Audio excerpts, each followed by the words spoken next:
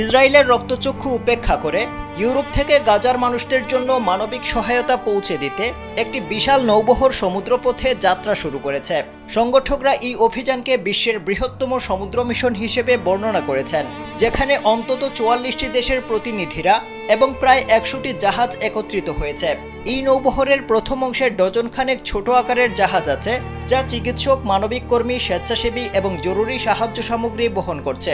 নৌবহরটি গেল ৩১ আগস্ট স্পেনের বন্দর থেকে যাত্রা শুরু করেছে এবং ৪ সেপ্টেম্বর তিউনিসিয়ায় দ্বিতীয় দলে যোগ দিয়েছে। গ্লোবাল সমুদ্র ফ্লোটিলার তথ্য অনুযায়ী ৬টি মহাদেশ থেকে বিভিন্ন দেশ এই বহরে অংশ নিচ্ছে, যার মধ্যে রয়েছে স্পেন, অস্ট্রেলিয়া, ব্রাজিল, দক্ষিণ আফ্রিকা এবং ইউরোপের বিভিন্ন দেশ। অংশগ্রহণকারীরা কোনো সরকার বা রাজনৈতিক দলের সঙ্গে সম্পৃক্ত নন। তারা গাজার নিপীড়িত মানুষদের জন্য নিজেদের উদ্যোগে এই মিশন হাতে নিয়েছেন। নৌবহরটি ৪টি প্রধান কোয়ালিশন দ্বারা পরিচালিত হচ্ছে। এই অভিযানে স্বেচ্ছাসেবী, মানবিক কর্মী, চিকিৎসক, শিল্পী, ধর্মীয় নেতা, আইনজীবী, সমাজবিদ এবং নাবিকরা অংশ নিয়েছেন। সবাইকে একত্রিত করেছে মানবিক মর্যাদা, অহিংস কর্মের শক্তি এবং একটি মূল লক্ষ্য: গাজায় অবরোধ ও গণহত্যা বন্ধ করতে হবে। বার্সেলোনার প্লাকা ডেল রেইতে মিডিয়া ব্রিফিংয়ে জানানো হয়েছে, নিরাপত্তার কারণে নির্দিষ্ট জাহাজ ও বন্দরের তথ্য প্রকাশ করা হবে না। তবে প্রায় ৩,০০০ কিলোমিটার পথ সম্পন্ন করতে ফ্লোটিলাকে প্রায় ৭ থেকে ৮ দিন সময় লাগবে বলে ধারণা করা হচ্ছে।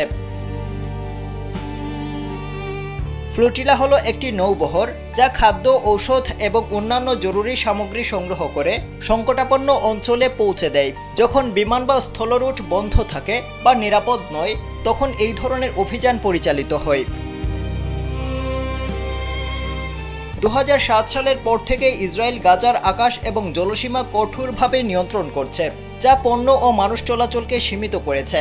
যুদ্ধের আগেও গাজার বিমানবন্দর কার্যকর ছিল না, কারণ ২০০১ সালে ইয়াসির আরাফাত আন্তর্জাতিক বিমানবন্দর ইসরায়েলের বোমাবর্ষণে ধ্বংস হয়ে যায়।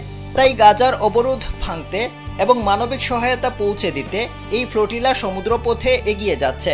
পাশাপাশি এটি একটি শক্তিশালী বার্তা দিচ্ছে যে অবরোধ অবিলম্বে শেষ হতে হবে। আবদাল হুসাইন, কালবেলা।